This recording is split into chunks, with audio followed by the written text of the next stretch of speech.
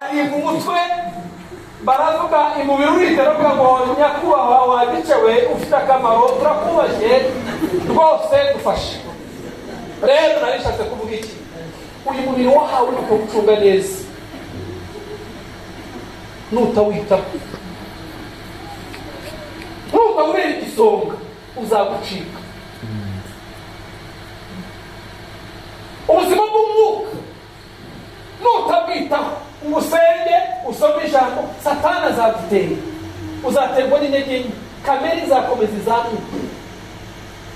Mu inshingano zawe nanjye n'umukristo kwita ku buzima bw'umwuka.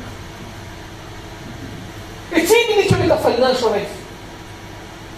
Umukristo uri hano, niba wicaye hano nta cyabiri ufite, nta cyatatu, Imana igutabara igufashe. Mu yandi magambo, niba uri hano n'umukristo ukene, Satani yakwimye ubusonga. Nta gisonga gikene kibaho, na ambasaderi w'umukene ubaho. Ambasaderi agaburirwa agafashwa n'igihugu cyamutumye. Igihugu cyawe ni mu ijuru, hano harimo umukozi ku isi. Ariko niba Satani inzira y'ubukene yarayifunze agafunga iryo rero, uzakora uti?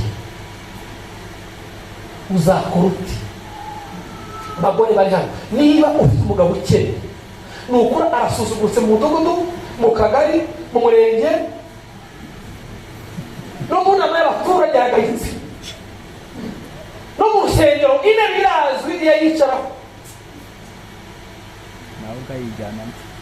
rero bimwe mu byo dushinzwe gucunga iyo rembo ukarihagararamo neza ni irembo rya finance, kirembo ubutunzi. Yewe n'abayafite ab'Imana yahaye, nk'uko mubona mwese abayafite, kuyacunga ni inshingano zawe. Namenye yuko abakristo tugomba twiga na management, twiga na saving, twiga na investment, tukiga no gucuruza kugira ngo tubone uko dukora umurimo w'Imana. Bahagareza turi isonga, uko niko kuri. Niba uri umugabo uri hano wicayeho cyangwa umugore ukajya uvuga ngo sinzi amafaranga yanjye ahajya, wowe ntabwo ari umwuka ubikuvugishije, ni intege nke. Amafaranga yawe ntabwo uzahajya, nta bije ugira. Ufite 30 yo gutwerera,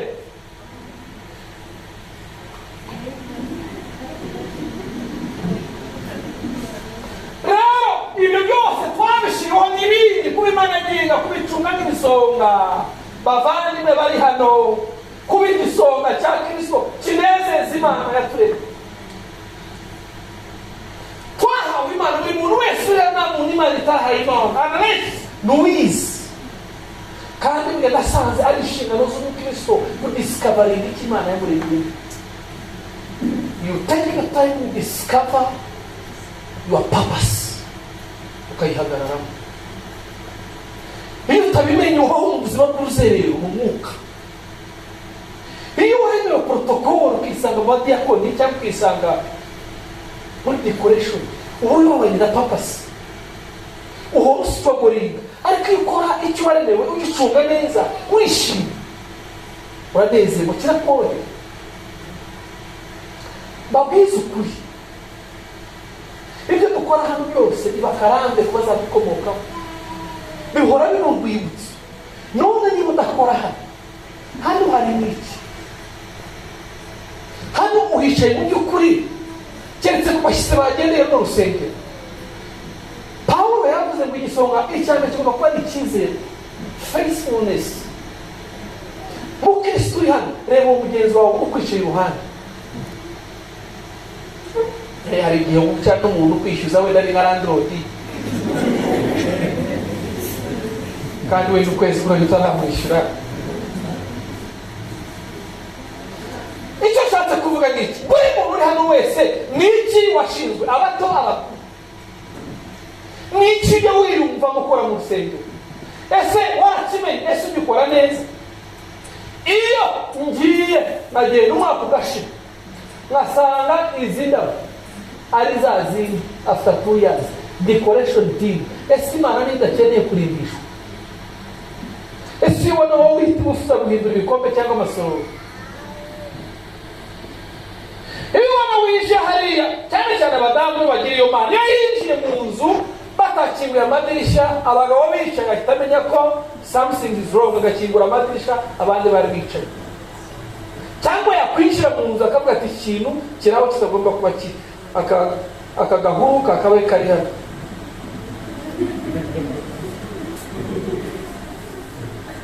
Iyo winjiye hariya ukinjira muri uru rugo rwa data wa twese, wumva iki, ureba iki, utekereza iki?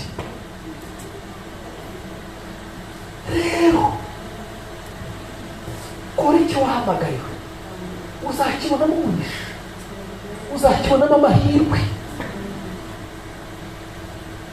Dusomere Abefeso 2:10. None ko mfite igihe gito wihute.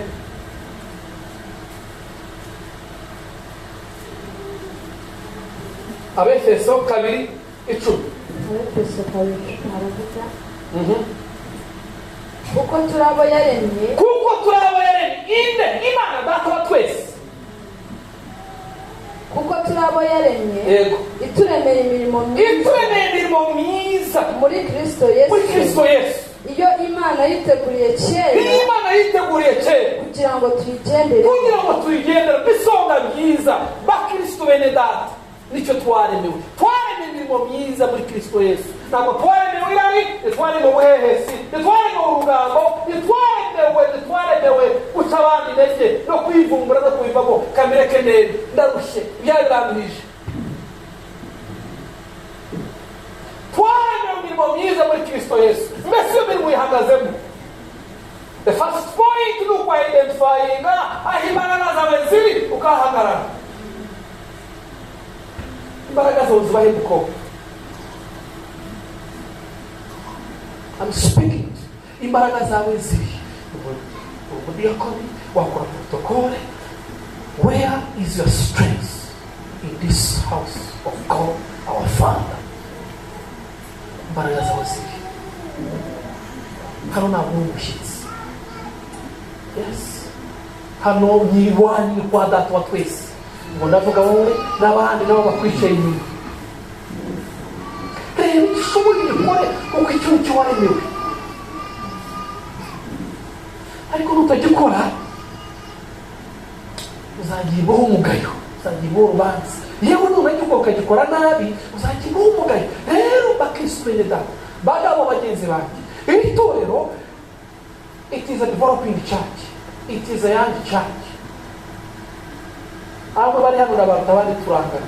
What does that mean? Tugeze mu gihe cyo gukora. Musore ni ugukora. Cyangwa urabona dufite mikoro bagutira n'ibyo abantu batize mu cyaro bure yapfuye hari reka da. Imana sura yishira amashuri. Ntabwo ari ibyo batize.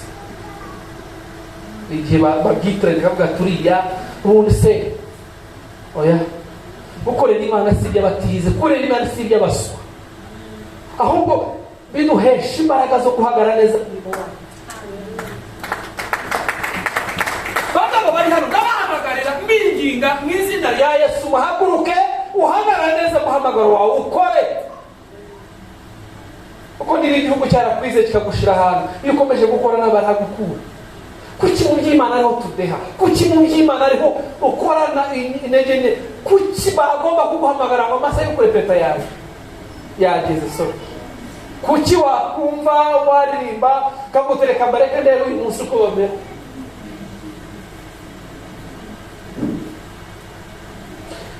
Waruzi yuko niyo ugeze mu rusengero ugategamo amaboko hari uwafashwe? Just rero turi isonga rya Kristo. Muga uri hano nyakubahwa adimi, uri igisonga cy'urugo rwawe. You are a priest in your home. Uri igisonga, uri umutambyi Yesu yimitse muri uriya muryango.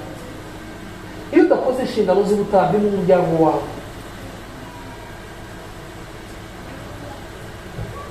bagabo bari hano, niba utajya umugore wawe umugisha n'abana ngo ubaheje umugisha nk'umutambyi Yesu yimitse muri uwo muryango, akakwizera akaguha umukobwa we, akakwizera akakunyuza mu rubyaro, nuba udakoze izo nshingano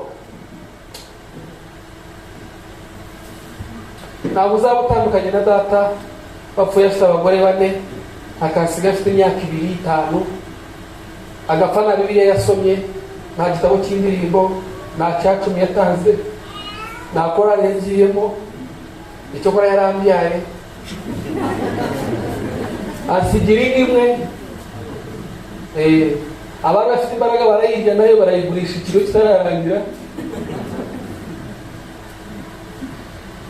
Uri igisonga urwo rwawe, imiramuza n'igisonga cyiza hano. Uno murimo ntukawukore witotomba, ntukawukore intege nke, ntukawukore bakwinginga.